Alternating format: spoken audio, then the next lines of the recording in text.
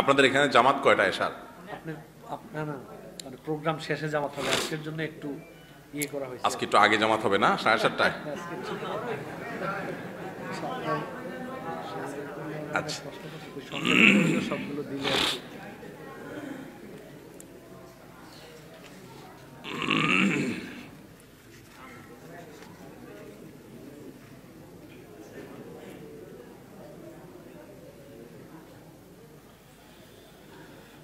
আল্লাহ।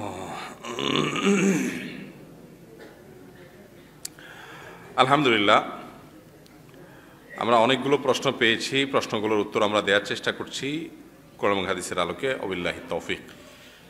এক বোন লিখেছেন, আমার সবসময় সাদা স্রাব হয়, নামাজ পড়ার সময় হয়, এক্ষেত্রে আমি কিভাবে নামাজ পড়ব?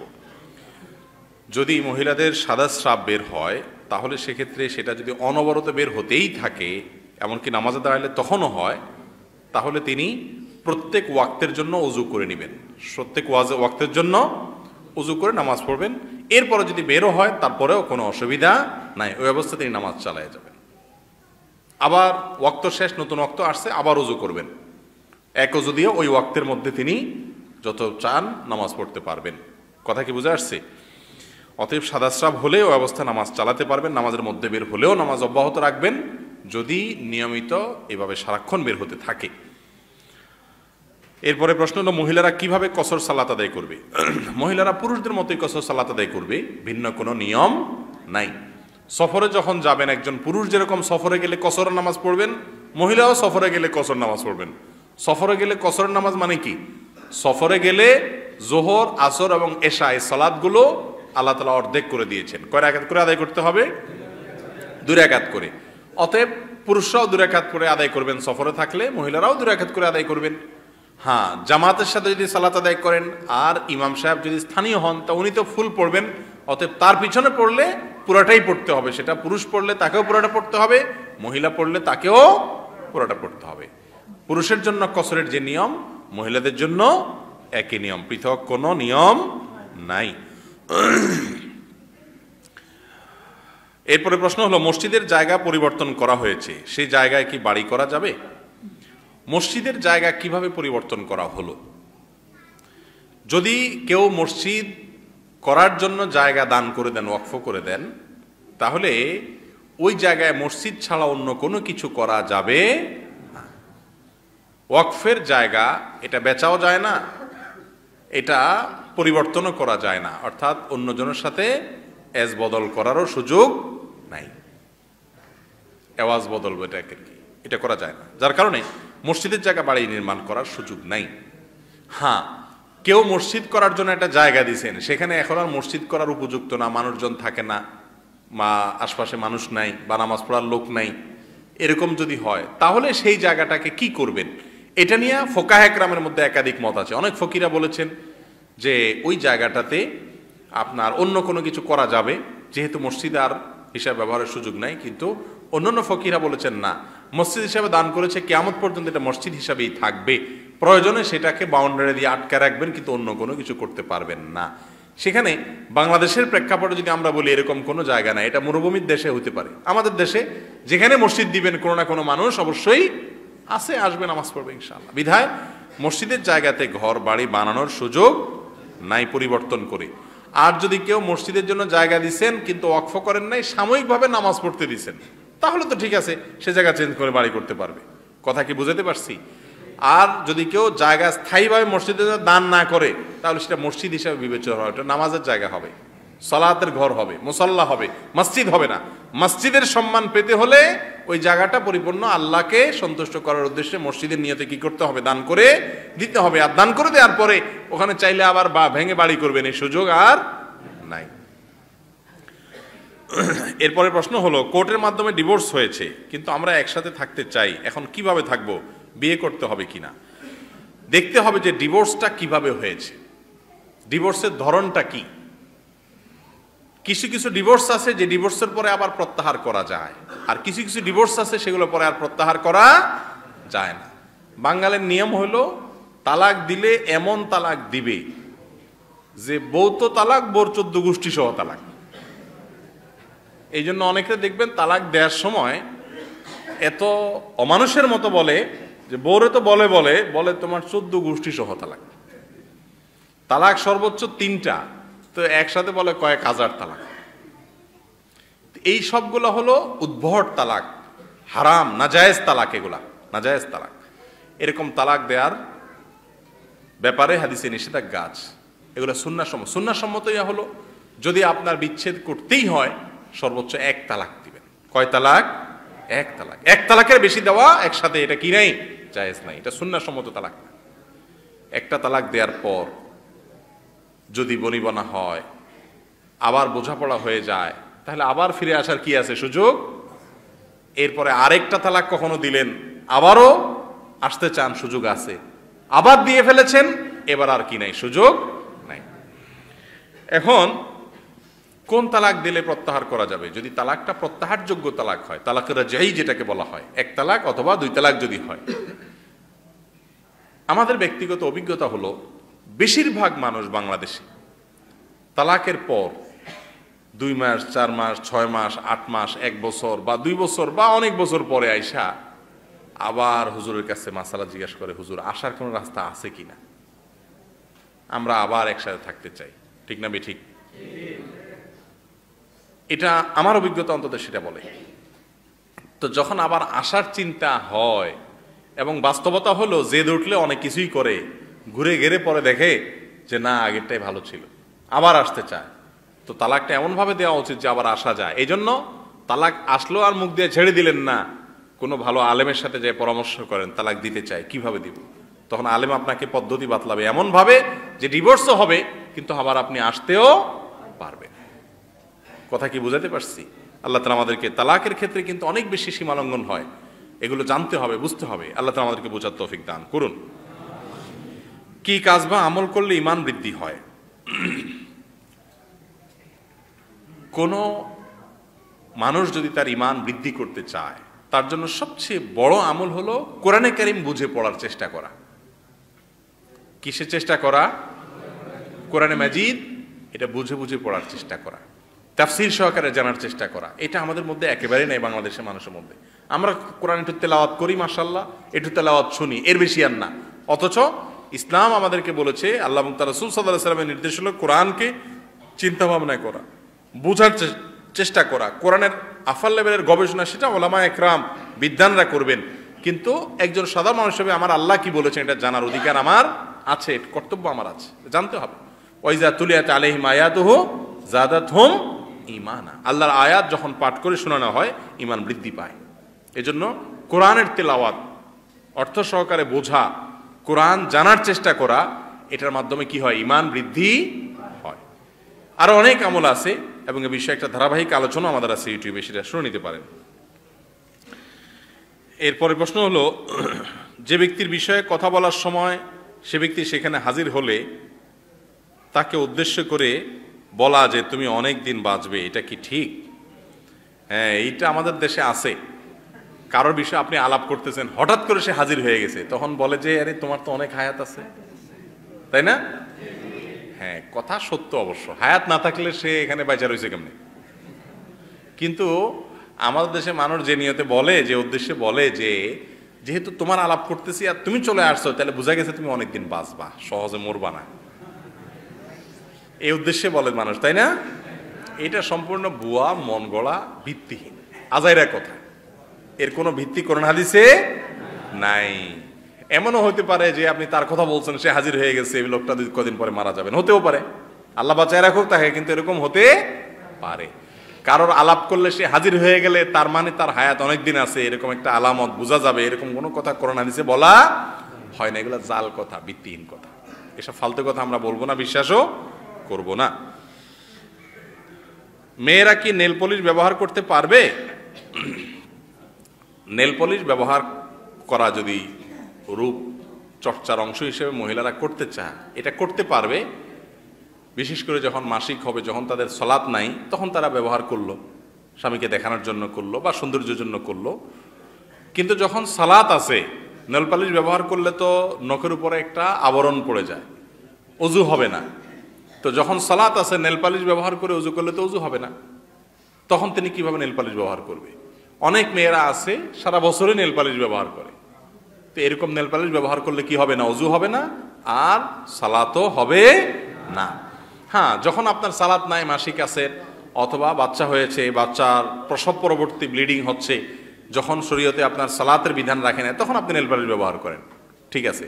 অথবা সকালে নেল পালিশ ব্যবহার করছেন, জোহর রক্তের আগে আগে যদি আপনি ওইটা আবার চেঁচে তুলে ফেলতে পারেন ব্লেড টেড দিয়া, তাহলে আপনি নেল পালিশ ব্যবহার করতে পারেন। কিন্তু এত শর্ট টাইমের জন্য কেউ তো পোষাবে না। তো অতএব মহিলারা নেল পালিশ ব্যবহার করার আগে চিন্তা করবেন তার সালাত আদায় করার জন্য এটা প্রতিবন্ধক হলে তখন এটা কি নাই, ব্যবহার করা জায়েজ নাই। এমনি সাধারণ অবস্থা হলে করতে পারেন।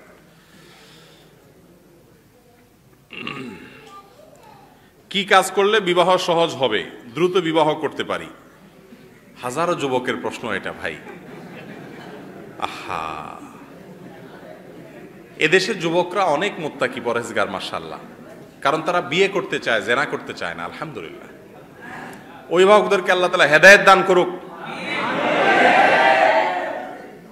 এই মজলিসে আমিন এত জোরে বলছে, যুবকরাই মনে হয়।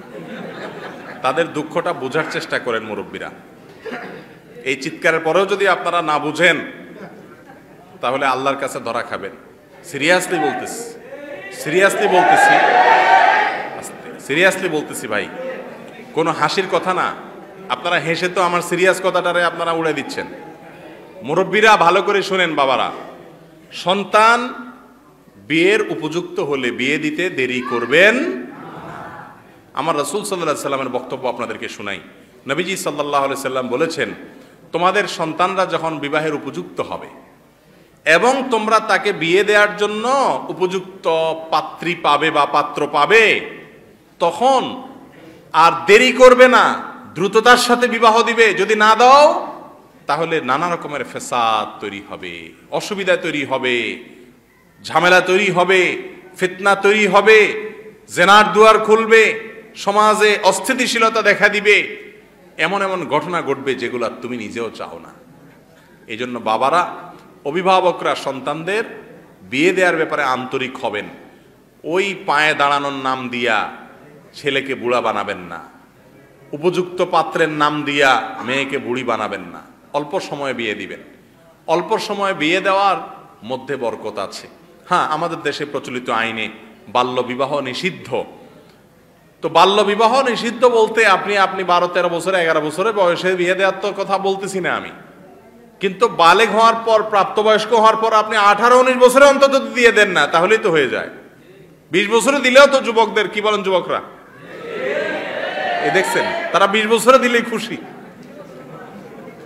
আপনারা তো 25-30-এও কোনো বিয়ের নামগন্ধ নেন না। শুনেন, ভালো করে শুনেন, কোন যুবক তার বাবা মা সময় মতো যদি বিয়ে না দেয় আর সে যদি জেনা করে, হারাম সম্পর্ক করে কোনো মেয়ের সাথে, তাহলে তার গুনাহের দায়ভার ওই বাবা মাকে বহন করতে হবে। আপনি কি বুঝে বহন করবেন? মনে রাখবেন, এমন একটা সময় চলছে যুবকদের জন্য এখন চরিত্র হেফাজত করা অলমোস্ট অসম্ভবের মতো হয়ে গেছে। চতুর্দিক থেকে আক্রমণ করছে শয়তান, চতুর্দিক থেকে আক্রমণ করছে শয়তান, সিরিয়াসলি আক্রমণ হচ্ছে। নানানভাবে নারীকে এমনভাবে প্রদর্শন করা হচ্ছে যে যুবক তার ঈমানকে রক্ষা করতে পারছে না, কঠিন হয়ে যাচ্ছে। এই সময় অভিভাবক আপনার সহায়তা প্রয়োজন। আর সে সহায়তা হলো কি? তাকে উদ্বুদ্ধ করেন যে উপার্জন করো, একটু কাজে লেগে যাও, কিছু পয়সা কামাই করা শুরু করো, এবং একটা গরিব ঘরের ভালো মেয়ে হলেও, ভালো বংশের মেয়ে হলেও আনো, এনে তার চরিত্র রক্ষা করার চেষ্টা করো। আমরা অনেকে বলি কি খাওয়াবে, বিয়ে করে কি খাওয়াবে? কি আজব কথা বলেন তো। আরে ভাই, আপনার বাসায় কাজ করার জন্য আজকাল বেশিরভাগ মানুষই তো বাসায় একটু কোন রকম চলতে পারলে বাসায় একটা কাজের লোক রাখে না? তাহলে আরেক ঘরের একজন মেয়ে আসলে তিনি কয়টা খাবেন, থাকবেন, এই তো। এইটার ব্যবস্থা করা যাবে না? আমাদের মন মানসিকতাগুলো পাল্টানো উচিত। আমি একটা কথা প্রায় বলি, এখন সুন্দর চরিত্রবান যুবক ছেলে খুঁজে পাওয়া সোনার হরিণ হয়ে গেছে। যার যৌবনে কোনো কালিমা নাই, ফ্রেশ, এরকম প্রোফাইলের ছেলে বা মেয়ে পাওয়া কঠিন হয়ে গেছে। এবং এটার দায় হলো আমাদের অভিভাবকদের। খবরদার, এই ভুলটা করবেন না। আমি এই কথাগুলো যেগুলো আপনাদেরকে বলছি, এগুলোর উপর আমি নিজে আমল করি, আলহামদুলিল্লাহ। আমি দায়িত্ব নিয়ে বলতেছি। কেউ বলেন না আবার যে হুজুর নিজে ওয়াজ করেন, আমল করেন। আমি নিজে বিয়ে করছি খুব অল্প বয়স, আমার মেয়ে বিয়ে দেওয়া শেষ, এখন ছেলে বিয়ে দেবো ইনশাআল্লাহ। জি, কারণ আমি বিশ্বাস করি যে এই পৃথিবীতে যুবকদেরকে বিয়ে ঝুলিয়ে রাখা, মেয়েদের বিয়ে ঝুলিয়ে রাখা, এটা অভিভাবকদের জন্য অপরাধ যদি সুযোগ থাকে। আর যুবকদেরও বলতেছি, শুধু বিয়ে করার জন্য ঠিক ঠিক আর এখানে জোগাড় দিয়ে লাফায় লাভ নাই, তো কাজকাম করেন, কাজকাম করবেন না, পয়সা করে কামাবেন না, বাপের হোটেলে বসে বসে খাইবেন আর শুইবেন, ঠ্যাং ডুলাবেন আর বলবেন বাপ বিয়ে করে দেখ। শুধু বাপ মারা দোষ দিয়ে লাভ কি? আপনারাও চেষ্টা করেন হালাল উপার্জন করে নিজের পায়ে নিজে দাঁড়াবার। হ্যাঁ, যদি এমন হয় ছেলের অনেক পড়াশোনা বাকি আছে, মাস্টার্স করবে, পিএইচডি করবে, অনেক কিছু করবে, ঠিক আছে করুক, আগদটা হয়ে যাক। ছেলে মেয়ে, উপযুক্ত মেয়ে তো সবসময় পাওয়াও যায় না। আপনি যদি এটাকে কোনো এক জায়গায় বুক করে ফেলেন, ফিক্স করে ফেলেন, বিয়ের আগদটা হয়ে যায়, অন্তত সে ডানে বামে আর চোখ বালাইতে তার বিবেকে বাঁধবে, ঠিক না? ঠিক, আগদটা হয়ে থাকুক, আগদটা হয়ে থাকুক এবং অন্যায়ের দুয়ারগুলো বন্ধ হোক। আল্লাহ তাআলা আমাদেরকে বোঝার তৌফিক দান করুন। তো বলছিলেন যে বিয়ে সহজের আমল কি? বিয়ে সহজের আমল হলো বেশি বেশি দোয়া করবেন, আল্লাহ আমার বাপের হেদায়েত দাও, আল্লাহ আমার মারে হেদায়েত দাও, আল্লাহ আমার বড় ভাইয়ের হেদায়েত দাও, আল্লাহ আমার বড় বোনের হেদায়েত দাও, এটা দোয়া করবেন। আর বেশি বেশি করে উপার্জন করবেন। আপনার পয়সা করে কামানোর ধাঁচ দেখে যেন তারা বুঝে যে হ্যাঁ ছেলে এখন মাশাআল্লাহ বিয়ে করতে পারে। বুঝেন নাই কথা? শুধু শুয়ে শুয়া বসে বসে বাপের হোটেলে নিজে খাইতেছেন, আবার আরেকটা বউ আইসা উঠাই দিবেন আর চিন্তা করতেছেন বাপে খাওয়ায় না কেন, এগুলো উচিত না। যুবকরা উদ্যোগী হবেন এবং পরিশ্রমী হবেন, আয় উপার্জন করবেন, হালাল উপার্জন করবেন। বিয়ের উদ্দেশ্যে যখন হালাল উপার্জন করবেন, ওইটাও ইবাদত হবে ইনশাআল্লাহ, ওইটাও সওয়াবের কারণ হবে। করবেন তো ইনশাআল্লাহ সবাই? আল্লাহ তাআলা আমাদেরকে বোঝার তৌফিক দান করুন। বিয়েতে জেতার জন্য বায়না ধরবেন না মুরব্বীরা, জেতা বুঝেননি? এটা ব্যবসা না, বিয়েটা কি না ব্যবসা না, কিন্তু আমরা সবাই এটা ব্যবসা বানাই ফেলছি। ছেলে বিয়ে দিতে গেলে জিততে হবে। কিরকম জিততে হবে? বড় লোকের মাইয়া আনতে হবে, সুন্দরী কিনা, পড়াশোনা আছে কিনা, বড় লোকের কিনা, পয়সা কড়ি আছে কিনা, তাহলে বলে যে জিতছে। সম্বন্ধ করে কি করছে? জিতছে। আরে ভাই, জিত আর হারের কি আছে? এটা কি পরীক্ষা নাকি? ছেলের চরিত্রে হেফাজত করা দরকার, একটা ভালো সঙ্গী তার জীবনে দরকার, যার সঙ্গ পেয়ে ছেলেটাও ভালো থাকবে, চরিত্রবান ভালো মানুষ দরকার, বাস, আর কিচ্ছু না। এখানে জেতা হারার কিচ্ছু নাই। মেয়ে দেওয়ার ক্ষেত্রে একই কথা, ছেলে কত পয়সার মালিক। মেয়ে দেওয়ার ক্ষেত্রে অবশ্য ছেলে সুন্দর টন্দর কিনা এসব দেখে না, দেখে কি শুধু পয়সা। পয়সা পয়সা আছে তো বেশিরভাগ অভিভাবক কি রাজি। আল্লাহ তাআলা আমাদেরকে বোঝার তৌফিক দান করুন। বাবারে, এগুলোতে শান্তি নাই। শান্তি হলো যদি চরিত্র হেফাজত করতে পারে, ভালো মানুষ হতে পারে, তাহলেই শান্তি। যেসব বাবারা এসব দুনিয়ার দিক চিন্তা করে ছেলেদের মেয়েদের বিয়ে দেরি করেন, তাদের ছেলে মেয়েদের দাম্পত্য জীবনে যে অশান্তি হয়, সেটার সবচেয়ে বেশি সাফার করেন কে? ওই বাবা মা নিজে, ঠিক না? ঠিক। ছেলে যদি একটা অমানুষ ঘরে আয়না উঠায়, বা আপনি একটা অমানুষ উঠাই দিলেন, দিনদারি দেখেন নাই, মেয়ের দিনদারি দেখেন নাই, পয়সা করে দেখছেন। আর ছেলেরা মেয়েরা, বাংলাদেশের যুবকরা এখন আলহামদুলিল্লাহ অনেক দিনের পথে অগ্রসর, মুরব্বীরা বরং অনেক সময় পিছায়া দেয় বেশিরভাগ ক্ষেত্রে। ছেলে বলে বাবা মা আমি দিনদার মেয়ে বিয়ে করব, তো বাবা মা বলে যে না, মেয়েটার পড়ালেখা আছে, সুন্দর, হ্যাঁ, তার পরিবারের আর্থিক সলভেন্সি আসে অনেক বেশি, দিনদারি এটা তুমি বানাই নিও, এটা তুমি বানাই নিও, এটা বলে না ভাই? এটা বলতে পারেন না যে দিনদারিটা ঠিকঠাক থাকুক, টাকা পয়সা ওইটা হয়ে যাবে, সেটা বলে না। দুনিয়াটা আমাদের হলো ঠিকঠাক, আখেরাতটা হলো টুকটাক। দুনিয়া হলো ঠিকঠাক আর আখেরাত হলো টুকটাক। আবার আশা করে জান্নাতুল ফেরদাউস। আল্লাহ তাআলা আমাদেরকে খাঁটি মুসলমান হওয়ার তৌফিক দান করুন। মনে রাখবেন, ছেলে বিয়ে দেন আর মেয়ে বিয়ে দেন, ফাজফার বিজাতিদ দ্বীন। মুহাম্মদুর রাসূলুল্লাহ সাল্লাল্লাহু আলাইহি ওয়াসাল্লাম বলেছেন, বিয়ে করার ক্ষেত্রে দিনদারি দেখবা, দিনদারি দেখে জিতার চেষ্টা করবা। কি দেখে জিততে হবে? এই জেতা বলতে যদি আপনার ওই দুনিয়া দেখা জেতার চেষ্টা করেন, তাহলে সেটা তো হবে প্রকৃত হার। আসল জেতা হবে দিনদারি দেখে জেতা। আল্লাহ তাআলা আমাদেরকে বোঝার তৌফিক দান করুন। এরপরে প্রশ্ন হলো, মৃত ব্যক্তির জন্য 7 দিন 40 দিন মিলাদ করে খানা খাওয়ানো যাবে কি না? ভাই, এই বিষয়ে তো পুরাণ কথা, অনেক কথা আপনারা শুনেছেন নিশ্চয়ই, তারপরেও প্রশ্ন করেছেন। 7 দিন বা 40 দিন কোনো মানুষ মারা গেলে তার জন্য লোকজনকে একত্র করে খানা খাওয়ানো, এগুলো কোনো ইসলামের নির্দেশ না। এগুলো আমাদের পার্শ্ববর্তী হিন্দু ভাইয়েরা বোনেরা যে আছেন তাদের ধর্মের কালচার এবং সংস্কৃতি। এবং হিন্দু ধর্মের বিশ্বাস মতে কোনো মানুষ মারা যাওয়ার পরে যদি এলাকাবাসীকে না খাওয়ানো হয় তাহলে ওই ব্যক্তিকে স্বর্গে খানা দেয়া হয় না, এটা ঝুলে থাকে। আপনি গুগলে সার্চ দিলে পেয়ে যাবেন। এটাকে জানি খাবারটারে কি বলে জানো? হ্যাঁ, শ্রাদ্ধ। আপনি বাংলায় তালিব বসর অফলা আকার দ ধ এটা লিখে আপনি গুগলে সার্চ দেন, আর কিছু লাগবে না। আমি দেখছি বিভিন্ন হিন্দু ধর্মের বই, বিভিন্ন আপনার গ্রহণযোগ্য অথেন্টিক ওয়েবসাইট হিন্দু ধর্মের, সেখানে দেখবেন শ্রাদ্ধ জিনিসটা কি, জিনিসটাই এই, সেটা আমাদের মধ্যে চলে আসছে। কোরআন হাদিসে কোথাও মানুষ মারা যাওয়ার পর তার আত্মীয় স্বজন এলাকাবাসীকে খাওয়ানোর 40 দিনে 7 দিনে ফিক্স করে খাওয়ানোর কোনো নির্দেশ ইসলাম আমাদেরকে দেয় না। এটা হিন্দুদের থেকে আসছে, এটা বর্জন করতে হবে। এরপরের প্রশ্ন হলো হিন্দুর বাড়িতে খাবার খাওয়া যাবে কিনা। এটা তো একটু আগে বলছি, যদি হালাল খানা দেয় তাহলে হিন্দুর বাড়িতে খেতে পারবেন। আপনি কোথায় খাচ্ছেন এটা বিষয় না, বিষয়টা হলো কি খাচ্ছেন। বিষয়টা হলো কি খাচ্ছেন। একজন ইমাম সাহেবের বাড়িতে, খতিব সাহেবের বাড়িতে, শেখ সাহেবের বাড়িতে আপনি বসে খাচ্ছেন, কি খাচ্ছেন? শূকরের গোশত রান্না করে দিয়েছেন উনি, তো সেটা খাওয়া হালাল হবে? কিন্তু আরেকজন হিন্দুর হাতে রান্না করা বা তার বাড়িতে খানা খাচ্ছেন, কি রান্না করছে? সবজিটা রান্না করে দিয়েছে সে হালাল ভাবে, নাপাক কিছু নাই, তাহলে সেটা খাওয়া হালাল হবে কি হবে না? কি খাচ্ছেন সেটা বিষয়, কোথায় খাচ্ছেন, কার বাড়িতে খাচ্ছেন, এটা কোনো বিষয় না। অতএব হিন্দুর বাড়িতে খাওয়া যাবে যদি খানাটা কি হয়? হালাল হয়।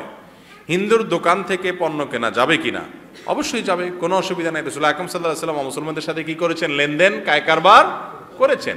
কিন্তু আপনার কাছে যদি কোনো মুসলমান দোকানদার থাকে, দোকানদার থেকে কিনলে তাকে হেল্প করা হয়, অবশ্যই আপনি মুসলমানকে অগ্রাধিকার দিবেন, সেটা তো বলাই বাহুল্য। কিন্তু হিন্দুর সাথে লেনদেন করাতে কোনো অসুবিধা নাই। মৃত ব্যক্তির রূহ বৃহস্পতিবার তার নিজ বাড়িতে চলে আসে, কোরআন হাদিসের আলোকে এই কথাটা কতটা সত্য? ভাই, রূহ বাড়িতে আর কি দুঃখে আসবে, চলেই তো গেছে বেচারা। আমাদের দেশে অনেকে এরকম অনেক কথা বলে, এটাও হিন্দুদের ধর্মীয় বিশ্বাস। তারা মনে করে রূহ ফেরত আসে এবং সেজন্য অনেক আচার অনুষ্ঠান তাদের মধ্যে আছে। ইসলাম এটা বলে না। কোনো মানুষ মারা গেছে, শেষ, সে আর পৃথিবীতে ফিরে আসার কোনো সুযোগ নাই। বিবাহের জন্য মেয়ে দেখার পর কথা পাকাপাকি হয়ে গেলে এই মেয়ের সাথে কি কোনো ফোনে কথা বলা যাবে কিনা? বিবাহের জন্য মেয়ে দেখার নিয়ম কি? বিয়ের জন্য মেয়ে দেখে কথা পাকাপাকি হয়েছে কিন্তু বিয়ে পুরাই কাঁচা, তাহলে কি করা যাবে না? কথা বলা, ফোনে ফাও পেচাল করা যাবে না, আলাপ সালাপ করা যাবে না। খুব দরকারি কথা হলে আপনার বোনকে দিয়ে, মাকে দিয়ে তাকে জিজ্ঞাসা করাবেন, মেইলে কথা বলবেন। হ্যাঁ, জরুরি কোনো জিনিস হলে মেসেজে বা একান্ত জরুরি হলে যোগাযোগ করে জানতে পারেন। কিন্তু খাজুরিয়া আলাপ বলতে যেটাকে বোঝায় আর কি, ওই খাজুরিয়া আলাপ চলবে না। বিয়ের আগ্রহ হওয়ার আগ পর্যন্ত কি চলবে না? খাজুরিয়া আলাপ চলবে না। আজকাল বলে কি জানেন, শয়তান মানুষের মাথায় যে কত কুবুদ্ধি ঢুকাইছে। হ্যাঁ, কিছু লোক বলে আজকাল যে হঠাৎ করে একটা মানুষের সাথে বিয়ে হয়ে গেলে তার সাথে সংসার থাকা শুরু করবে, কেমন হয়? একটু জড়তা কাটার জন্য, একটু বোঝাপড়া, একটু বোঝাশোনা, একটু গেট টুগেদার, একটু লিভ টুগেদার, একটু হানতান, এসব নাম দিয়া আপনার একটু হোটেলে বসা, একটু একসাথে কেনাকাটা করা, আস্তে আস্তে একটু জড়তা দূর হয়। তাহলে কি হবে? মহব্বত পয়দা হবে। মহব্বত পয়দা হয়তো না, বরং আরো মহব্বত দূর হয়। এখন যুবকরা, আমি এই কথা সব জায়গায় বলি, সব সময় বলি, এখন যুবকরা অনেক বেশি সচেতন মাশাআল্লাহ। তারা বিয়ের আগে এরকম একটু ফোনে ইটিস পিটিস, একটু মেসেজ আদান প্রদান, একটু আলাপ সালাপ, এগুলো করে টোরে একটু হালকা হয়, ফ্রি হয়, যাতে মহব্বতটা গাঢ় হয়। হঠাৎ করে দেখলে কেমন লাগবে এই জন্য। তো এই যুবকরা খুব বেশি দাম্পত্য জীবনে সুখী হয় নাকি এই মুরব্বী যারা আছে দাড়ি পাকা? জিজ্ঞেস করে দেখেন, বিয়ের সময় কথা বলছে বাপ চাচারা, বেচারারা ইটিস পিটিস করা তো দূরের কথা, ভালো করে দেখতেও পারে না, যায় দেখেন। কিন্তু বিয়ে হওয়ার পরে চাচির সাথে ওনাদের সম্পর্কটা যে নিবিড় হয়েছে, যুবক আপনারা স্বপ্নেও সেটা কল্পনা করতে পারবেন। আপনাদের এখন শুধু ভালোবাসাবাসি মুখে মুখে মুখে মুখে ভালোবাসাবাসির কত কথা, কত কাহিনী, আসলে পুরাটাই বুয়া এবং ভণ্ডামি। ঠিক না ভাই? ঠিক। ঘরে ঘরে এখন বিবাহ ভাঙছে, ঘরে ঘরে এখন বিবাহ ভাঙছে, তালাক হয়ে যাচ্ছে, বিচ্ছেদ হয়ে যাচ্ছে, সম্পর্কগুলো নষ্ট হয়ে যাচ্ছে, একের পর এক বিয়ে ভাঙছে। অনেক দিন আগের পত্রিকার রিপোর্ট, প্রতিদিন ঢাকায় 39টা বিয়ে ভাঙে, এখন তো মনে হয় 50-60টা করে বিয়ে ভাঙে কিনা আল্লাহ জানে। এই অবস্থা করে সংসার নষ্ট হয়ে যাচ্ছে। কিন্তু কি আছে? ভালোবাসাবাসি আছে, মুখে মুখে খই ফুটানো আছে। মনে রাখবেন, আগ্ধ হওয়ার আগ পর্যন্ত পাত্রপাত্রী একে অন্যের সাথে অন্য পরপুরুষ পরনারীর মতো। বিয়ের আগ্ধ হয়ে গেছে, প্রস্তাব দিছে, কবুল করছে, সাক্ষীর সামনে খুতবা হয়েছে, আলহামদুলিল্লাহ বিয়ে হয়ে গেছে। এখন আপনি আলাপ সালাপ করতে পারেন, কিন্তু তার আগে এটা করতে পারবেন না। আল্লাহকে ভয় করবেন, খবরদার। স্ত্রীর কাছে বেশি বেশি ভালোবাসা পাওয়ার কোনো দোয়া বা আমল আছে কিনা দয়া করে জানাবেন। সব কি প্রশ্ন করেন আপনারা, আমি বুঝি না। ভালোবাসা পাওয়ার জন্য আমল হলো বেশি বেশি হাদিয়া কিনবেন, পয়সা করে নিয়ে যাবেন, সারাদিন পামপট্টি দিবেন, প্রশংসা করবেন, বাসায় কাজ কাম করে দিবেন, একটু বলদ বলদ ভাব নিয়ে থাকবেন, বেকুব সেকুব ভাব নিয়ে থাকবেন। এগুলো বোঝানোর কিছু আছে? এগুলো বুঝেন না আপনারা? এগুলো করলে এমনি স্ত্রীর ভালোবাসা পাবেন, বুঝেন নাই কথা? স্ত্রীর ভালোবাসা পাওয়ার জন্য এসব ভাবসাব নিলে দেখবেন ইনশাল্লাহ এমনি ভালোবাসা পাচ্ছেন। আমি একটা কথা সবসময় বলি, বাসায় গিয়া খুব বেশি চালাক চালাক ভাব ধরবেন না। বইয়ের কাছে যে বোকা সাজে সে ভদ্রলোক, সে কি? আর বইয়ের সঙ্গে সবসময় পণ্ডিতি করা আর বউরে বোকা বানায় নিজে পণ্ডিত সাজা, এটা হলো ছোট লোক। এটা হলো কি? ছোট লোক। বুঝেন নাই কথা? সব জায়গায় পণ্ডিতি করতে হয় না। আর জগতে দূরে পণ্ডিতি করে বেড়ান, বাসা আসলে একটু বেকুব সেকুব থাকবেন, বোকাশোকা থাকবেন, যাতে বউ মনে করে আরে কিচ্ছুই বুঝে না বেচারা, আমি তো সব বুঝি। ভাবটা এমন। আবার রশিটা ঠিক রাখেন না, আবার এরকম বোকা সাইজেন না যে আপনার কান ধরে এমনি ঘুরায় আবার এমনি ঘুরায়, এরকম আবার হয়ে যায় না। গল্লির ঠাওয়ার ঠিক রাখেন, রাইখা এরপরে একটু বোকা সাজবেন, বেশি চালাই করতে যাবেন না। শাসন করবেন সোহাগের সুরে, শাসন করতে গিয়ে আবার ছেঁচড়ার মতো আচরণ করবেন না। এই বিষয়গুলো খেয়াল রাখেন, ইনশাল্লাহ হয়ে যাবে। আপনি আমল চাইতেছেন, দোয়ার জন্য দোয়া করবেন, আল্লাহ আপনি আমাকে ভালোবাসা দেন আপনার। আল্লাহুম্মা ইন্নী আসআলুকা হুব্বাক, আল্লাহ আপনার ভালোবাসা চাই। ওয়া হুব্বা মান ইউহিব্বুক, এবং যারা আপনাকে ভালোবাসে তাদের ভালোবাসা চাই। ওয়া হুব্বা আমালিন ইউকাররিবুনি আও ইউবাল্লিগুনি ইলা হুব্বিক, এবং এমন আমলের প্রতি ভালোবাসা দেন যে আপনার প্রতি ভালোবাসা হয়ে যাবে। বইয়ের প্রতি ভালোবাসার জন্য আলাদা কোনো দোয়া আছে বলে আমার জানা নাই। কথা বুঝতে পারছেন? তবে বুদ্ধি কিছু দিলাম, আরও বুদ্ধি নিজেদের মাথা থেকে আমদানি করে বের করে বা শিখে এই কৌশলগুলো অ্যাপ্লাই করতে হবে। রাসূল আকরাম সাল্লাল্লাহু আলাইহি সাল্লাম পরিবারের সাথে খুব ধৈর্যশীল ছিলেন, খুব ধৈর্যশীল ছিলেন। এখন যে সংসারগুলো ভেঙে যাচ্ছে এগুলো সব বেসবরের কারণে। তরকারিতে লবণ কম হয়েছে, তালাক দিয়ে দিচ্ছে। স্বামীর কোনো একটা এর থেকে বেশ কম হয়েছে, ওইদিকে বই ব্যাগ নিয়ে বাপের বাড়ি চলে গেছে। আমরা অধৈর্যশীল হয়ে গেছি। আল্লাহ আমাদেরকে ধৈর্য ধরার তৌফিক দান করুন। তাহলে ইনশাল্লাহ সম্পর্কগুলো মজবুত হবে, সম্পর্কগুলো ভালো হবে।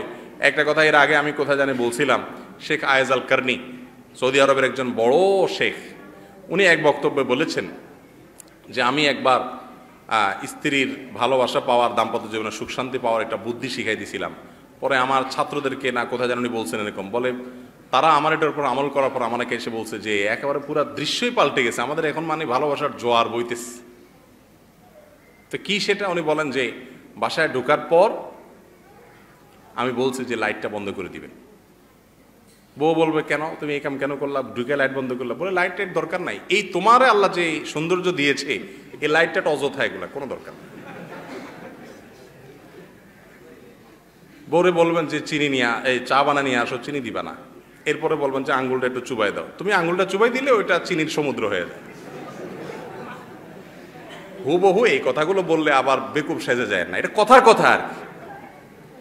তারিফ করবেন। এই জাতীয় এগুলো তো একটু মিথ্যাই হয়, একটু ঘুরাই হয় না, এই মিথ্যা জায়েজ। এই বউয়ের সাথে একটু পাম্পট্টিমূলক ঘুরে মিথ্যা কথা বলা কি জায়েজ। আবার মহিলারা যারা ওয়াজ শুনতেছেন তাদেরকেও বলতেছে আপনারাও একই কাজ করবেন, আপনারাও স্বামীকে আসলে একে অন্যের প্রশংসা করতে জানতে হয়। আজকের সমস্যাটা কোথায়? দাম্পত্য জীবনে যে অশান্তি শুরু হয়েছে, সংকটের জায়গাটা কোথায়? কেউ কাউকে ভালো জিনিসটা স্বীকৃতি দিতে রাজি না। রাসূল আকরাম সাল্লাল্লাহু আলাইহি ওয়াসাল্লাম কি শিখাইছেন জানেন? তুমি তোমার জীবন সঙ্গিনীর কোনো কাজে অসন্তুষ্ট, যে তার এই জিনিসটা খারাপ, সে সবসময় এই উল্টাটা করে, সবসময় এই কাজটা করে, তুমি খুব অসন্তুষ্ট, এটা যদি হয় একটু চিন্তা করো, দেখবা তার অনেক গুণ আছে মধ্যে নাই, অন্য ছেলেদের মধ্যে নাই। ওইগুলোর কথা যখন চিন্তা করবা তখন তোমার মধ্যে ভালো লাগা কাজ করবে। তোমার সেটা দূর হয়ে যাবে। ভালো গুণগুলো দেখার অভ্যাস এখন নাই। আল্লাহ তাআলা আপনার স্ত্রীর মধ্যে অনেক জিনিস দিয়েছেন যেটা অন্যের মধ্যে দেন নাই। তার যত দোষ থাকুক কিছু গুণ আছে। আবার মেয়েদেরকেও একই কথা বলা হয় যে আপনার স্বামীর মধ্যে এমন কিছু গুণ আছে যেগুলো অন্য স্বামীর মধ্যে নাই।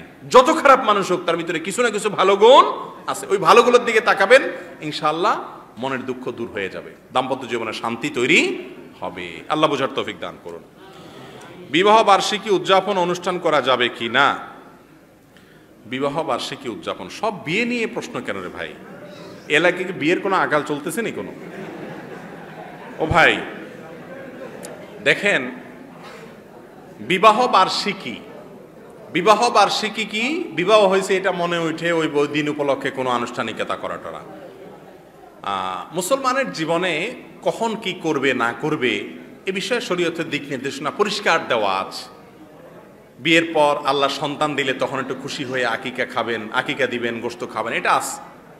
হ্যাঁ, বিশেষ কোনো খুশির খবর আসলো, আপনি আনন্দের জন্য আপনি ভালো খাবার অ্যারেঞ্জ করলেন, এগুলো করতে পারেন। কিন্তু বিয়ের জন্য বার্ষিকী পালন করতে হবে, এই আদর্শ মুসলমানদের না। এই আদর্শ কাদের না? মুসলমানদের না। এটা ইহুদি খ্রিস্টানদের, অন্যদের, অমুসলমানদের, তাদের কালচার। মুসলমানদের নিজস্ব সংস্কৃতি আছে, নিজস্ব কালচার আছে। নিজের সংস্কৃতিকে জলাঞ্জলি দিয়ে অন্যদের কালচারে একাকার হয়ে যাওয়া এটা মুসলমানের কাজ হতে পারে না। অতএব এগুলো করা যাবে না।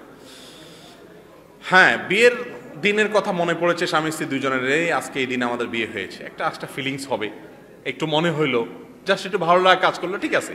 কিন্তু এই উপলক্ষে আমাদের দেশে যেগুলো হয়, অনেক বেহায়া আছে, ব্যাককল আছে, বিয়ে উপলক্ষে, বিয়ের বার্ষিকী উপলক্ষে বিশাল পার্টি করে, বন্ধু-বান্ধব দাওয়াত দিয়া বউরের সাজা গোজায় আয়না, কোনো অসুবিধা, অমুকের বাড়ি তমুকের বাড়ি, সাহাবীদের যুগেও বাড়িকে অমুকে, এটা অমুকের বাড়ি তমুকের বাড়ি, এটা অমুকের এলাকা তমুকের এলাকা, অমুক বংশের লোকের এলাকা, এরকম নাম ছিল।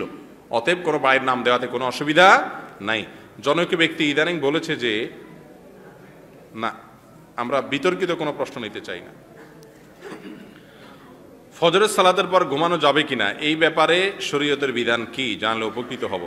ফজরের সালাতের পরে ঘুমানোটা অনুত্তম কাজ, ভালো কাজ না। নবী সাল্লাল্লাহু আলাইহি ওয়াসাল্লাম দোয়া করেছেন, আল্লাহুম্মা বারিক লি উম্মতি ফি বুকুরিহা, আল্লাহ আমার উম্মতের জন্য সকালের সময়টাতে বরকত দান করো। এই জন্য সকালের সময়টাতে আমল করতে হয়। নবী সাল্লাল্লাহু আলাইহি ওয়াসাল্লাম ফজরের পরে জিকির আজকার দোয়া দরুদ পড়তেন সূর্য ওঠা পর্যন্ত। সূর্য ওঠার পরে এশাকে সালাত হবে, এশাকে সালাতের পরে গিয়ে আপনি চাইলে ঘুমাইতে পারেন। হ্যাঁ, কেউ অসুস্থ আছেন, রুগ্ন আছেন, বৃদ্ধ মানুষ আছেন, তার শুয়ে যেতে হয়, ভিন্ন কথা। শুইলে কোনো বড় গুনাহ হবে না, কিন্তু এটা অনুত্তম কাজ, এটা আমলের সময়। বুঝে আসছে কথা? পানিতে ছেলে বা মেয়ের পরিচয়পত্র বা আইডি কার্ডে পিতার নামে, পালিত ছেলে বা মেয়ের পরিচয়পত্র বা আইডি কার্ডে পিতার নামের স্থানে পালিত ব্যক্তির নাম ব্যবহার করা যাবে কি না, এবং পালিত ছেলে বা মেয়েকে সম্পদের ওয়ারিস করা যাবে কিনা। না, কোনোটাই করা যাবে না। পালিত ছেলে বা মেয়েকে কিছু দান করতে পারেন সম্পদ থেকে, ঠিক আছে, কিন্তু আপনি মারা যাওয়ার পরে সেই ভাগটা সে পাবে না, কারণ ভাগ পাবে হলো নিজের আপন ছেলে মেয়ে। আর আইডি কার্ডে বা অন্য জায়গাতে তার যে আসল বাপ মা তাদের নাম লিখতে হবে, যার লালন পালন করেছেন তাদের নাম লেখা যাবে না। সন্তান লালন পালন করা, গরিবের সন্তান লালন পালন করে দেওয়া, এটা তো সওয়াবের কাজ। তো আমাদের দেশে লালন পালনটা করা হয় ধান্দায়। সেটা হলো কি, নিজের ছেলে মেয়ে হয় না সেই লালন পালন করে, যার ছেলে মেয়ে আছে সে আরেকটা লালন পালন করে আমাদের দেশে।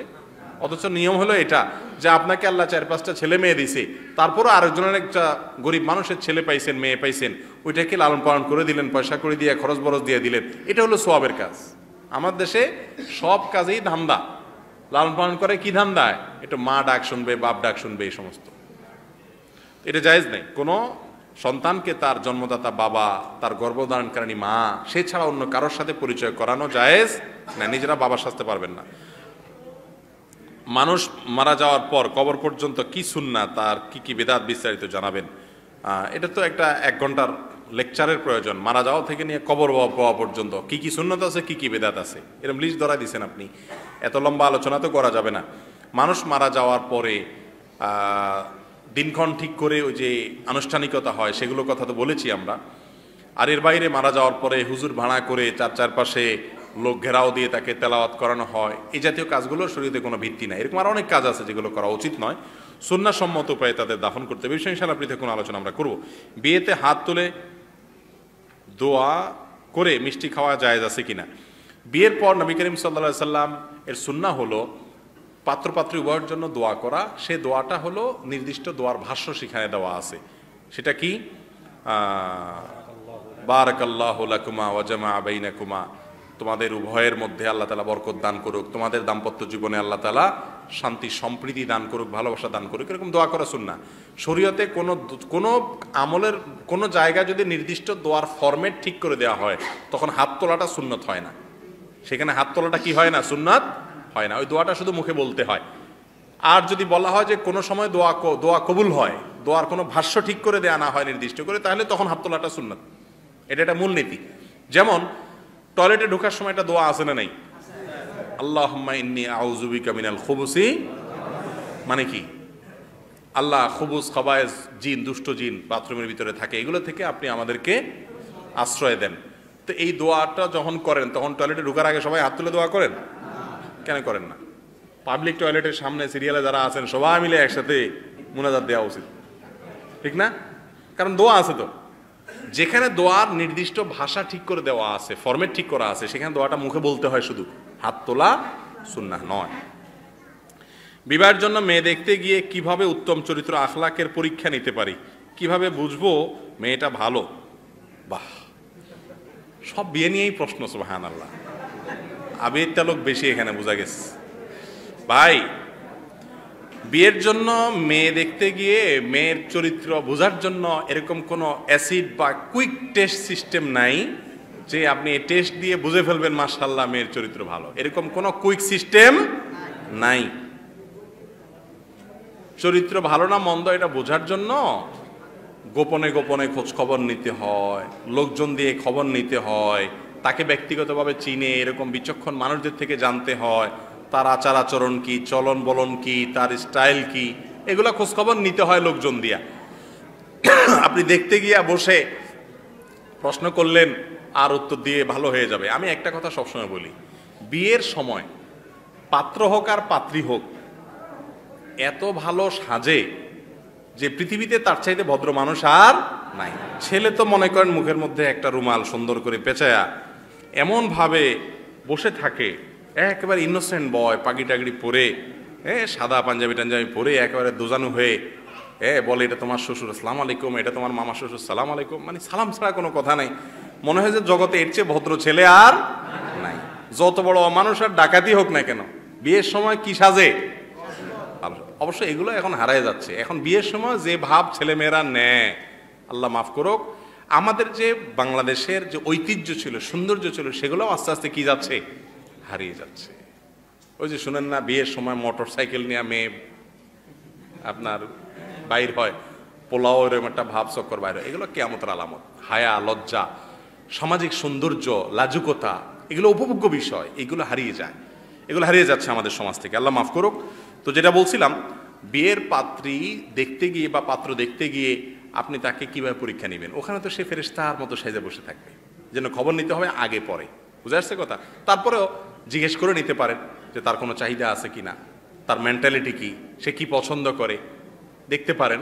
এগুলো দেখে বুঝবেন যে সে দিনদারি কতটা তার মধ্যে আছে।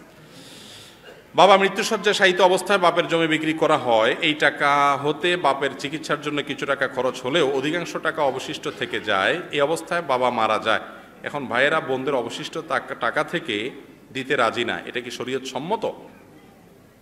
বাবা মৃত্যুসজ্জায় শায়িত হলে বাপের জমি বিক্রি করার পর সে টাকা দিয়ে বাপের চিকিৎসা খরচ করতে হবে, এবং যত টাকা লাগে সব দিয়া হলেও বাপের কি করতে হবে? চিকিৎসা করতে হবে। চিকিৎসা করার পর যেই টাকা থেকে যাবে সেখানে ভাইদেরও অধিকার আছে, বোনদেরও অধিকার আছে। ভাইরা যদি বলে বাপের জন্য আমরা এত কষ্ট করছি, তুমি কি করছো, বোনদেরকে কে বলে, এটা বলার কোনো অধিকার ভাইদের নাই। বাবা মার সম্পত্তিতে ভাই বোনের যে অধিকার, এটা জন্মসূত্রে হয়ে যায়। আপনি বাবার জন্য পরিশ্রম করেছেন, এই জন্য আল্লাহর কাছে সওয়াব পাবেন, তাই বলে সম্পদ দখল করার সুযোগ নাই। বেশিরভাগ ভাইয়েরা কিন্তু বোনদের অধিকার দেন না, নামাজি কালামি লোকেরাও দেন না। আপনারা দিবেন তো ইনশাআল্লাহ?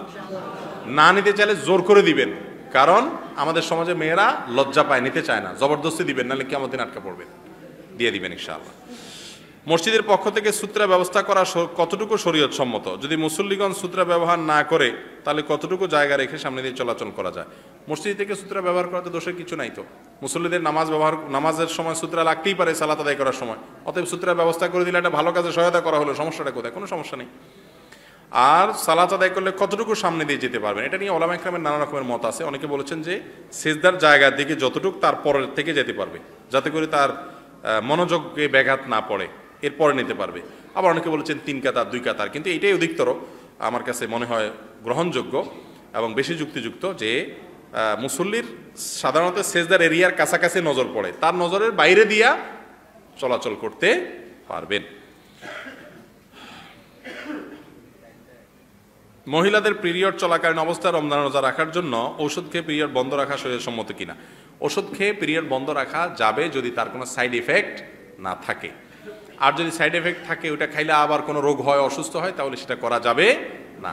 আর মহিলাদের জন্য আল্লাহ তাআলা ফায়সালা, মহিলা হোক আর পুরুষ হোক, সবার জন্য আল্লাহর ফায়সালা মেনে নেওয়ার মানসিকতা থাকতে হবে। ভাই, আল্লাহ তাআলা আমাদেরকে যে হালে রাখছেন, আল্লাহ আপনাকে মাসিক দিয়েছেন, আপনি ইবাদত করতে পারছেন না, রোজা রাখতে পারছেন, এটা আল্লাহর ফায়সালা।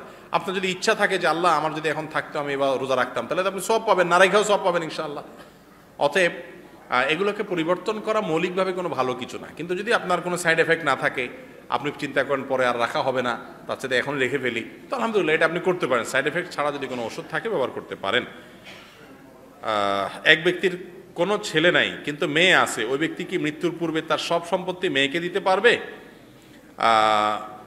সম্পত্তি দান বা গিফট দিতে চাইলে মেয়ে একা থাকলে তো মেয়েকে দিবেই, সমস্যা নাই। যদি মেয়ের সাথে ছেলে থাকে তাহলে তো সমান করে সমতা বজায় রেখে দিতে হবে। আর মৃত্যুর পরে যে সম্পদ বন্টন হতো, ওইটা মৃত্যুর আগে বন্টন করে দেওয়া যাবে না। মৃত্যুর পরে একজন মেয়ে হলে বাবার সম্পদ থেকে শুধু মেয়ে আছে একা, আর কেউ নাই, তাহলে সে 50% পাবে। মৃত ব্যক্তির কত পার্সেন্ট সম্পদ পাবে? অর্ধেক পাবে। আর বাকি সম্পদগুলো মৃত ব্যক্তির ভাই ভাতিজা আরো কে কে আছে না আছে, মা বাপ থাকলে তাদের মধ্যে ভাগযোগ হবে। এটা অনেকে মানতে রাজি না, এটা অনেকে মানতে, আমি এত কষ্ট করে কামাই করলাম, আমার মেয়েরই সব দিয়ে যাব, এই ভাই ভাতিজা কি দুঃখে দেব? ভাই রে, আল্লাহ বলেছেন আবা উকুম আবনা উকুম লা তাদরুনা আইয়ুহুম আকরাবু লাকুম নাফআ। ওয়ারিস যাদেরকে আল্লাহ যতটুকু দিতে বলেছেন তাকে ততটুকু দাও। তুমি জানো না কে তোমার উপকারে আসবে, তুমি মনে করতেছো মেয়েরে সব দেই আমার উপকারে আসবে। অনেক বাপ মা আছে দেখবেন, এক ছেলেরে পছন্দ করে সব তার নামে লিখে দিছে, পরে দেখা গেছে ওইটাই সবচেয়ে বেশি কষ্ট দিচ্ছে। আমার চোখে এরকম বহু ঘটনা দেখছি। কে বেশি উপকারে আসবে তুমি জানো না, অতএব আল্লাহ যা বলছেন সেটা মানো, এই মানাটাই তোমার নির্দেশ, এটা একটা পরীক্ষা। এই জন্য অন্যদেরকে না দেওয়ার জন্য মেয়েকে সব দিয়ে দেওয়ার একটা প্রচেষ্টা করা হয়, অন্যদেরকে বঞ্চিত করার উদ্দেশ্যে। এগুলো কি নাই, জায়েজ নাই ওই উদ্দেশ্যে করলে। একজন লোকের ছেলে মেয়ে আছে, মেয়েদের বিয়ে হয়ে গেছে, লোকটি বাসা ভাড়া ও দোকান ভাড়া পায়, প্রতি মাসে যা ভাড়া পায় তা প্রাপ্তবয়স্ক ছেলেদের পেছনে খরচ করে। যদিও ছেলেরাও বিবাহিত, এক্ষেত্রে মেয়েরা বাবার বাসা ও দোকান ভাড়ার টাকা হকদার কি না? যদি বাবা বেঁচে থাকা অবস্থায় তার দোকান ভাড়া টাকা উঠে ছেলেকে যদি দেয়, তাহলে মেয়েদেরকেও দিতে হবে। ছেলেরা তাদের সংসার আছে, মেয়েরা তাদের সংসার আছে আলাদা। যদি ছেলেদেরকে দিতে হয় উপহার হিসাবে, উপঢৌকন হিসাবে, তাহলে সমান হারে কাকে দিতে হবে? মেয়েদেরকেও দিতে হবে। শুধু ছেলেদেরকে দিবেন, মেয়েদেরকে দিবেন না, বা মেয়েকে দিবেন ছেলেকে দিবেন না, একজনকে দিবেন বেশি আরেকজনকে কম দিবেন, এটা জায়েজ নাই। নবী সাল্লাল্লাহু আলাইহি ওয়াসাল্লাম বলেছেন ইত্তাকুল্লাহ ওয়াদিলু বাইনা আওলাদিকুম, আল্লাহকে ভয় করো আর তোমাদের সন্তানদের মধ্যে ইনসাফ এবং সমতা বজায় রাখো, কোনো জুলুম যেন না হয়। মা জীবিত থাকা অবস্থায় ছেলেরা মায়ের সম্পত্তি হাতিয়ে নিয়েছে বোনদের বঞ্চিত করে, এক্ষেত্রে শরীয়তের বিধান কি? ছেলেরা যদি মায়ের সম্পত্তি হাতিয়ে নেয়, বোনদেরকে না দেয়, তাহলে সে তো ফাসিক এবং অনেক বড় ধরনের কবিরা গুনাহ করেছে। এর জন্য সে আল্লাহর কাছে গুনাহগার হবে কিয়ামতের দিন। আর এর জন্য তাকে শাস্তির মুখোমুখি হতে হবে, 7 তবক জমিন তার গলা ঝুলিয়ে দেওয়া হবে, তাকে ধসিয়ে দেওয়া হবে। এটা অনেক বড় ডেঞ্জারাস অপরাধ। আমি প্রায় সময় বলি যে রাস্তায় দাঁড়িয়ে ছুরি নিয়ে পিস্তল নিয়ে ডাকাতি করেন, সেটা কারণে গুনাহ একটু কম হবে বোনের সম্পত্তি মারার চাইতে। কেন কম হবে জানেন? কারণ অপরিচিত মানুষের সম্পদ লুণ্ঠন করেছেন, এখানে একটা কবিরা গুনাহ করেছেন, হারাম কাজ করেছেন। আর বোনের সম্পদ অন্যায়ভাবে লুণ্ঠন করেছেন, ডাবল গুনাহ করেছেন। একটা অন্যের সম্পদ লুণ্ঠন, আবার আত্মীয়তার সম্পর্ক নষ্ট, ডাবল অপরাধ। এই জন্য সাবধান থাকতে হবে। খাস জমি চাষাবাদ করে ভোগ দখল করা যাবে কিনা, ইসলামী শরীয়ত কি বলে? খাস জমির ব্যাপারে সরকারের নিয়ম আছে যে সরকারের জমি, দেশের জমি রাষ্ট্র সরকার অনুমতি দেয় যে আশেপাশে যারা আছে তারা ভোগ করতে পারবে। অতএব যেহেতু অনুমতি দেওয়া আছে সেই হিসাবে কি করা যাবে? ভোগ করা যাবে, যেভাবে অনুমতি দেওয়া আছে এভাবে। যে কোনো জমির মালিক যদি বলে যে পাশে যে আছে তুমি ভাই আমারটা খাইতে পারো এমনি, তো যেমনি দিতে দেয় সে অতটুকু ভোগ করা কি আছে? জায়েজ আছে, কোনো অসুবিধা নেই। কোন সরকারি লিজের জায়গায় ঈদের জামাত পড়া যাবে কিনা? যদি লিজ নেয় ঈদের নামাজ পড়ার জন্য, ঈদগাহ বানানোর জন্য, তাহলে করা যাবে, কোনো অসুবিধা নেই। কিন্তু সরকারি জায়গা দখল করে, জবরদখল করে ওখানে মসজিদ বানানো, ঈদগাহ বানানো, এটা না জায়েজ কাজ। আবার মুসলিম প্রধান দেশে সরকারেরই কর্তব্য মানুষের ঈদগাহের এবং মসজিদের ব্যবস্থা করা। কিন্তু মসজিদ বাংলাদেশে আলহামদুলিল্লাহ অনেক আছে। বাংলাদেশে মসজিদ করার ক্ষেত্রে বিশেষ করে অনেক লোক এমন আছে যে মসজিদ করে এগুলো পাল্টাপাল্টি, দরকারে না। অমুকের বাড়ির সামনে একটা মসজিদ আছে, আমার বাড়ির সামনে না থাকলে কি এটা ভাবসাব হয় নাকি? তো এই সমস্তভাবে মসজিদ করার জন্য দেখা যায় নিজের জায়গা নাই, সরকারি জায়গা দখল করেও হলো কি করে? মসজিদ করে। এগুলো জায়েজ নাই, গুনার কথা।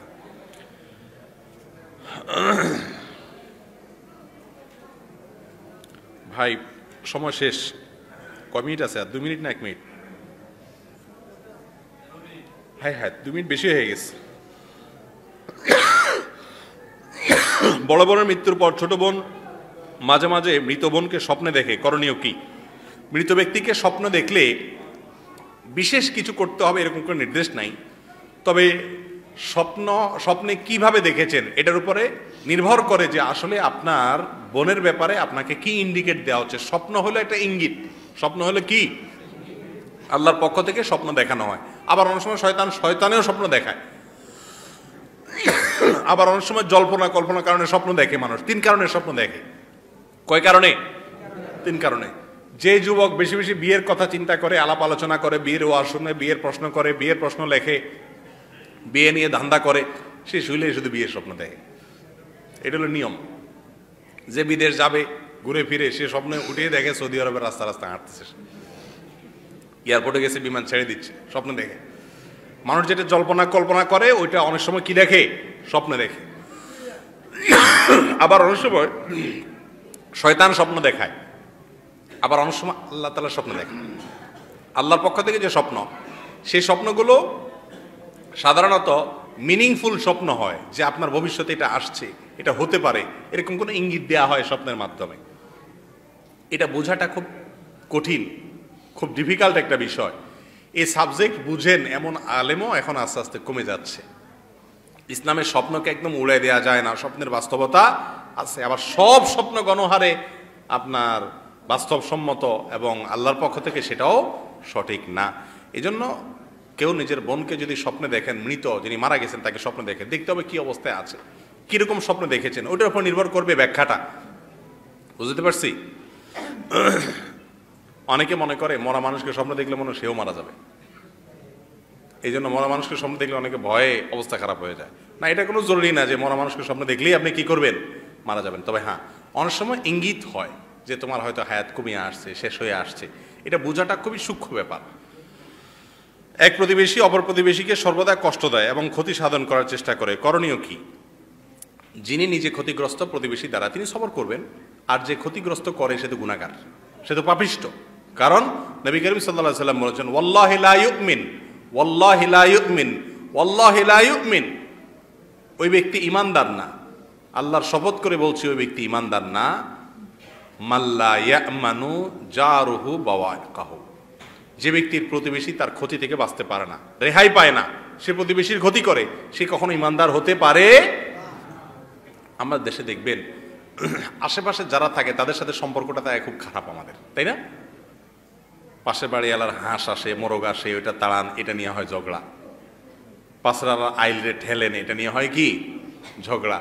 দূরের লোকের সাথে খুব দুস্তি, কিন্তু পাশের ফ্ল্যাট, পাশের প্লট, পাশের বাড়িওয়ালা, পাশের জমিওয়ালা, পাশের দোকানদার, তাদের সাথে সম্পর্ক খারাপ থাকে না। ভাই, যে আপনার আশেপাশে থাকে তাদের হক বেশি, নবী করিম সাল্লাল্লাহু আলাইহি সাল্লাম বলেছেন, জিবরিল আমাকে প্রতিবেশীর ব্যাপারে এত ওসিয়ত করতেছে বারবার এসে আল্লাহর পক্ষ থেকে, যে সাবধান, প্রতিবেশীর যেন কোনো কষ্ট না হয়, আপনার দ্বারা খেয়াল রাখবেন, এত বেশি সতর্ক করতেছে। আমার মনে হচ্ছিল যে কখন না জানি আয়েশা বলে আল্লাহর পক্ষ থেকে বিধান আসছে, আপনি মারা যাওয়ার পরে সম্পদে ভাগ যেরকম ছেলে মেয়ে আত্মীয় স্বজন পাবে, প্রতিবেশীও পাবে।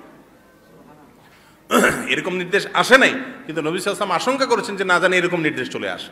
এতটা সিরিয়াস ছিল প্রতিবেশীর ব্যাপারে। আর আমরা প্রতিবেশীর ব্যাপারে কোনো খোঁজ খবর নাই। বেশিরভাগ লোক দেখবেন, শহর বলেন আর গ্রাম বলেন, আশেপাশের লোকদের সাথে কোনো রিলেশন নেই, ওনার সম্পর্ক ওই দূরের কারোর সাথে, পাশের লোকদের সাথে কামড়াকামড়ি, ঠেলাঠেলি এবং ঝগড়াঝাটি, এটা করা যাবে না।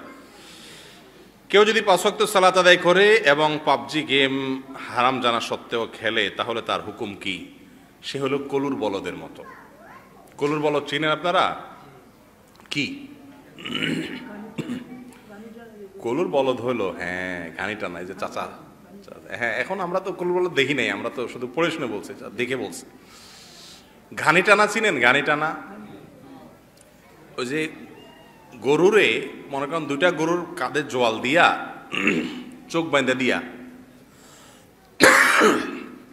ঘানি দিয়া টানতে দেয়, সরিষার তেল বিভিন্ন কিছু, ও ঘুরে আর ওই চাক্কি দিয়া কি হয়, পিষায় তেল বাইর হয়। তো ওর চোখ বাইন্দা দিয়া এমন সিস্টেম করে দেয়, ও মনে করতেছে অনেক দূর চলে যাচ্ছে, ও মনের খুশি তো হাঁটতে থাকে, হাঁটতে হাঁটতে হাঁটতে 2-4 ঘন্টা হাঁটলো, ঘুরলো, এরপরে যখন চোখ খুলে দিতে জায়গায় দেয় রয়েছে, কোথাও যায় না, সে আসলো। এমন সিস্টেম করে সে দৌড়াইতে থাকে। সে মনে করে বোধ হয় সে উল্টে ফেলেছে, জগৎ জয় করে বোধ হয় বাংলাদেশ ছেড়ে সৌদি আরব যায়, সে এখন মক্কা শরীফ পৌঁছায় গেছে, চোখ করে দেয় আর জায়গার দাঁড়ায়। এর নাম হলো কলুর বলদ, ঘানি টানা বলদ। ওই যে এই বলদটারে এই সিস্টেম করে ঘুরায়া তেল বাইর করে, এর নাম হলো কলু। আর এই বলদের নাম কি? কলুর বলদ। যারা গেমস খেলেন মোবাইলে, কম্পিউটারে, ল্যাপটপে, এই গেমসগুলো যে কোম্পানি বানায়, আপনি ইনস্টল করলে, ডাউনলোড করলে, ক্লিক করলে ওখানে অ্যাডভার্টাইজ শো করে, অ্যাডসেন্স করে, নানান কাহিনী আছে, যেগুলোর ফলে আপনি এগুলো খেলেন, খুব মজা পান, মনে হইতেছে জিতে গেছেন, হ্যাঁ অনেক কিছু হয়ে গেছে, আপনি ইন্ডিয়া জয় করে ফেলছেন, বাংলাদেশ জয় করে ফেলছেন, এখন আমেরিকা জয় করে ফেলছেন, মনে হচ্ছে গেম টেম খেলা শেষ হয়ে গেছে, আপনি কিন্তু ওই বলদ জায়গায় দাঁড়ায় আছেন। আপনার পকেটে একটা পয়সা ঢুকছে, শরীরে 100 টাকা গোস্ত বাড়ছে, শক্তি বাড়ছে, কোনো লাভ হয়েছে, মাথায় বুদ্ধি বাড়ছে, কিছুই হয় নাই, আপনি কলুর বলদ জায়গায় দাঁড়ায় রয়েছেন। মাঝখান দিয়া লাভ হয়েছে কলুর, কলুর তেল বাড়ছে, আপনি গানি টানছেন, আপনি গেম নামাইছেন, খেলছেন। যে এই গেমটা বানাইছে, অ্যাপ বানাইছে, যারা নেট বুঝেন তারা জানেন এগুলা অ্যাডসেন্স করে আপনি যত খেলবেন, যতবার ক্লিক করবেন, যত সময় দিবেন, ওর অ্যাকাউন্টে তত ডলার ঢুকতে থাকবে। তাহলে এই গেম যারা বানাইছে এরা হলো কলু, আর যারা খেলে এরা হলো কলুর বলদ। আল্লাহ তাআলা আমাদেরকে কলুর বলদ হওয়া থেকে বাঁচার তৌফিক দান করুন। মুসলমান এত ব্যাককল হওয়ার সুযোগ নেই। মুসলমান হিসাব করবে, হয় আমার দুনিয়ার লাভ হবে, আর না হলে আখিরাতের লাভ। আপনার হাতে অনেক সময়, রাস্তায় নামেন, এই মাঠে নামেন, নেমে খেলেন, ব্যায়াম করেন, দৌড়ান, তাহলে ওটার উপকার আছে। কিন্তু মোবাইল টিপবেন বসে বসে, চোখ নষ্ট, মেধা নষ্ট, মাথা নষ্ট। এখন প্রজন্ম ক্রেজি, পিচ্ছি পিচ্ছি পোলা পায় না, কি জিদ, তাই না? বাপ মা আবার গর্ব করে বলে মারাত্মক জিদ, মানে মনে হয় যে এটা খুব একটা ভালো গুণ আর কি, ওটা যে একটা রোগ, এটা তো টের পায় না। এরকম জিদ কেন? যুবকরাও খুব ক্রেজি, কিছু হইলেই হটহাট মারামারি, কাটাকাটি। কারণ কি? ওই যে সারাদিন গেমস খেলে, যে গেমসে কি আছে, মার মার, কাট কাট, ঠুস ঠুস ফুস ফুস, ও তো দেখে সারাদিন এগুলা, এই জন্য মেন্টালি সে কি হয়, এরকম ওই পাগলের মতোই হয়।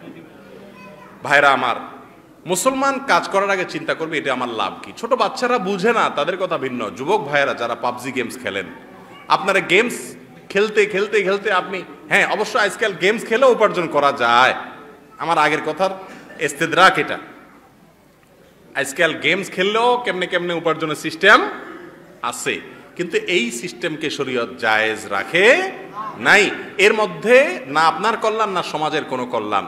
আপনি যুবক, উপার্জন করতে চান, পরিশ্রম করেন, ব্যবসা বাণিজ্য করেন, উদ্যোগী হন, ইনশাআল্লাহ বিদিনিল্লাহ এর মধ্যে উপার্জন করলে আপনি ইবাদতের সওয়াব পাবেন যদি নিয়তটা সেরকম থাকে। আল্লাহ তাআলা আমাদেরকে বোঝার তৌফিক দান করুন। গুনাহ হবে জেনে কোনো ব্যক্তি গুনাহ করে ফেলেছে, সঙ্গ দোষে ভেবেছিল আল্লাহ তাআলা ক্ষমাশীল, ক্ষমা করে দিবেন, কিন্তু এখন আফসোস করে যে এটা আমি কি করলাম, এখন তার জন্য তওবার দরজা খোলা আছে কিনা? অবশ্যই তওবার দরজা খোলা আছে ভাই, মৃত্যুর আগ পর্যন্ত কি আছে? তওবার দরজা খোলা আছে। গুনাহ করে ফেলেছেন, ইন্নাল্লাহা ইয়াগফিরুদ যুনুবা জামিআ, আল্লাহ তাআলা সব গুনাহ মাফ করবেন। অতএব কি করতে হবে? তওবা করে ফিরে আসতে হবে, লজ্জিত হতে হবে, আর খারাপ সংস্রবকে জীবনোত্তরে ত্যাগ করতে হবে। মেয়েরা ঠোঁটে লিপস্টিক দিতে পারে কিনা? স্বামীকে সৌন্দর্য দেখানোর জন্য দিতে পারে, পরপুরুষের সামনে প্রদর্শনের উদ্দেশ্যে দেওয়ার সুযোগ নাই। হাতে চুড়ি, পায়ে নূপুর থাকলে অজু হবে কিনা? হবে, কোনো অসুবিধা নাই, কারণ চুড়ি তো আর একদম টাইট থাকে না, ঢিলা থাকে, কোনো অসুবিধা নাই। নূপুর থাকলে ওইটাও টাইট থাকে না, ঢিলা থাকে, অতএব অজু হবে এবং এগুলো পরাতে কোনো দোষের কিছু নাই। মহিলা সাহাবীরা চুড়িও পরতেন, নূপুরও পরতেন, বিভিন্ন হাদিস দ্বারায় বোঝা যায়, অতএব এগুলো করলে কোনো অসুবিধা হবে না ইনশাআল্লাহ বিইذনিল্লাহ। আরেকটা প্রশ্ন, শেষ প্রশ্ন এটা। ছেলের বউ চায় বাবা মা থেকে আলাদা খেতে, কিন্তু ছেলে চায় না। ছেলে আলাদা না খেতে চাইলেও বউ ডিভোর্স চায়, এক্ষেত্রে করণীয় কি? বড় মুসিবত, কোন দিক যাবে ছেলে বেচারা? বউয়ের কথা শুনলে মা বাপরে ছেড়ে দিতে হয়, আবার মা বাপের সাথে থাকতে গেলে বউ ছেড়ে চলে যায়, বেচারা যাবে কোথায়? আমি সবসময় বলি, দুনিয়াতে চলতে হলে একটু বুদ্ধিশুদ্ধির দরকার আছে। সব কুল রক্ষা করার চেষ্টা করতে হবে। বউরে পাম পড়তে দিবেন যে মুরব্বী বুড়া বুড়ি কয়দিন বাঁচবে বলো, এ রাজত্ব তো তোমার, আরে একটু সবর করো ভাই কয়দিন, তারে বুঝাবেন। হ্যাঁ, মা বাপকে বলবেন যে পরের ঘরের মেয়ে তো নিজের পেটের মেয়ের মতো কি আর হয়, মা বাবা রে কি আর করবেন, আল্লাহ নসিবে যা দিছে, সবর করলে আল্লাহ সওয়াব দিবে, বুঝাইতে হবে। আপনি মায়ের কাছেও বকা শুনবেন, বউয়ের কাছেও বকা শুনবেন, দুই জায়গায় বকা শুনবেন এবং সবর করবেন, তাহলে ইনশাআল্লাহ ভালো থাকতে পারেন। আর যদি বইয়ের কথা শুনে মায়ের দিক ছুটেন, মায়ের কথা শুনে বউর দিক ছুটেন, তাহলে দোনো জায়গায় জুতার বাড়ি খেতেই থাকবেন। বুঝেন নাই কথা? খুব বুদ্ধিমানের সাথে এগুলোকে বিচক্ষণের সাথে মোকাবেলা করতে হয়, আর স্ত্রীকে বোঝাতে হয়। বেশিরভাগ মেয়েরা এগুলো বুঝে না। যে মেয়ে তার স্বামীকে তার বাপ মা থেকে পৃথক করতে চায় বা ভাই বোন থেকে দূরে সরাতে চায়, সে মেয়ে ব্যাককল মেয়ে। কেন ব্যাককল মেয়ে? কারণ হাদিসে আসছে, বুখারীতে রাসূল আকরাম সাল্লাল্লাহু আলাইহি ওয়াসাল্লাম বলেছেন, মান সাররাহু আইয়ুবসাদালাহু ফি রিজকিহি আও ইউনসালাহু ফি আথারিহি ফালিয়াসিল রাহিমা। যে ব্যক্তি চায় তার রিজিক বাড়ায় দেওয়া হোক, তার হায়াত বাড়িয়ে দেওয়া হোক, এটা যদি কেউ চায়, সেই জন্য আত্মীয়তার সম্পর্ক রক্ষা করে। যার সাথে তার আত্মীয়তার সম্পর্ক যত ভালো, ওই ব্যক্তিকে আল্লাহ রাব্বুল আলামিন রিজিক তত বেশি বাড়িয়ে দেন। তো যে বউ চায় যে আমার স্বামীর রিজিক বাড়ুক, হায়াত বাড়ুক, বেশি দিন বেঁচে থাকুক, সে আরো বলবে তুমি বেশি বেশি তোমার ভাই বোনের সাথে সম্পর্ক রাখো, মা বাবার সাথে সম্পর্ক রাখো, কারণ এটা করলে তুমি এটা পাবা। আর তাদের থেকে যত দূরে সরাবেন তত রিজিক কমবে, হায়াত কমবে, জীবনের বরকত তত বেশি কমে যাবে। এটা আমাদের মা বোনরা অনেক সময় বুঝে না। যাই হোক, তাদেরকে বোঝাতে হবে এবং সবরের সাথে এগুলো ইখতিয়ার করার চেষ্টা করতে হবে। যদি মা বাবাকে বোঝানো যায় এবং তাদেরকে আলাদা রাখলে তাদের খেদমতের লোক রাখার মতো আর্থিক ক্ষমতা থাকে, তাহলে করবেন। কিন্তু স্ত্রীকেও বোঝানোর চেষ্টা করতে হবে, অর্থাৎ স্বামীকে সবসময় ব্যালেন্স করার জন্য চেষ্টাটা করতে হবে, যেন আপনার মাও মনে করে, বাবা মনে করে যে আমার ছেলেটা আসলে পোলাটা আমার খুব ভালো, ওর মতো ছেলে হয় না, বউটা অমানুষ, ওর কারণে পারে না পোলাটা আমার, কিন্তু চেষ্টাটা করে। মা বাবার সাথে সেভাবে কথা বলবেন। আবার বউয়ের সাথে যাই এমন সুন্দর করে কথা বলবেন, এটা সোল করে হবে না, কিন্তু আবার এটা ভালো। দুইজনের মধ্যকার বিবাদ দূর করার জন্য যদি মিথ্যা কথা বলা হয়, সে মিথ্যা কথা ভালো, প্রশংসনীয়, সে মিথ্যা কথা ভালো। স্ত্রীর কাছে চাই আবার এমনভাবে বলবেন যে কি করবা বলো, ওনাদের বয়স হয়ে গেছে, সবকিছু বুঝে না, অনেক সময় উল্টাপাল্টা বলে, আসলে তো বলে, বাপ মা বয়স হয়ে গেলে তো উল্টাপাল্টা বলে, কি আর করবা, একটু সবর করো, আল্লাহ সওয়াব দিবে, আমি কি করব দেখো। তখন বউ বলবে কি, আমার স্বামীটা আসলে অত্যন্ত ভালো মানুষ, এই শ্বশুর শাশুড়ি ডাইনি, এরা বুঝে না, এরা উল্টাপাল্টা করে। মানে জিদটা তাদের উপরে যাবে, আপনার উপরে যাবে না। এর মানে এটা না যে আপনি তাদেরকে খারাপ বানান তাদের কাছে, কিন্তু আপনি চেষ্টা করবেন আপনার মা বাবার পক্ষ থেকে ওজর খাই করার। ওজর খাই করতে বলছে, তাদেরকে দোষ দিতে বলি নাই। ওজর খাই যখন করবেন যে আসলে ওনাদের তো এটা সবকিছু বোঝার বয়স নাই এখন, বুঝোই তো, তখন আপনি বউয়ের কাছেও ভালো থাকবেন, মায়ের কাছেও কি থাকবেন, ভালো থাকবেন। আর এই সবার কাছে ভালো থাকার এই চরিত্রটা এমনি খারাপ, কিন্তু যখন দুইজনের মধ্যে গন্ডগোল লাগে, মাঝখানে আপনি যখন থাকেন, তখন দুইজনকে মেলানোর জন্য চেষ্টা করা বা দূরত্ব কমানোর জন্য চেষ্টা করতে গিয়ে যে ভালো সাজা, এটা ভালো, এটা নিন্দনীয় না। কথা কি বুঝাতে পারছি? কিছু লোক আছে চগলখড়ির চরিত্র আছে, ওনার কাছে যায় বলে আরে এ তো আপনারা দেখতেও পারে না, আবার ওনার কাছে যায় বলতেছে আরে ভাই উনি তো আপনার নামও শুনতে পারে না। এই চগলখড়ি খারাপ, বুঝেন নাই?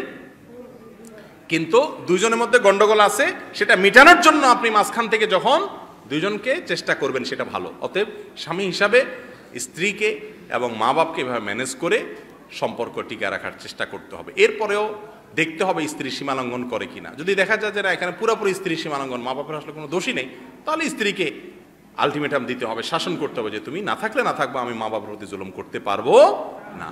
আবার যদি দেখা যায় যে না মা বাপই আসলে ভুল করছেন বা বাড়াবাড়ি করতেছেন, বেশি জুলুম করে ফেলতেছেন, তাহলে মা বাপকে তো আর তালাক দেওয়ার সুযোগ নেই, এখানে স্ত্রীকে বুঝাইতে হবে, কারণ মা বাপকে ছেড়ে চলে যাওয়ার সুযোগ নাই। হ্যাঁ, যদি মা বাপ জুলুম করে তাদের জুলুম থেকে বাঁচার জন্য স্ত্রীকে পৃথক রাখতে পারেন, বাস এটুকু ছেলে করতে পারে, এর বেশি করার সুযোগ, মা বাপের শাসন করার সুযোগ নেই। তো যাই হোক, পুরো পরিস্থিতি ভালো কোনো আলেমের সাথে দেখা করে পুরোটা খুলে বলে তারপর সেখান থেকে সমাধান নেবেন। আল্লাহ তাআলা আমাদেরকে বোঝার তৌফিক দান করুন।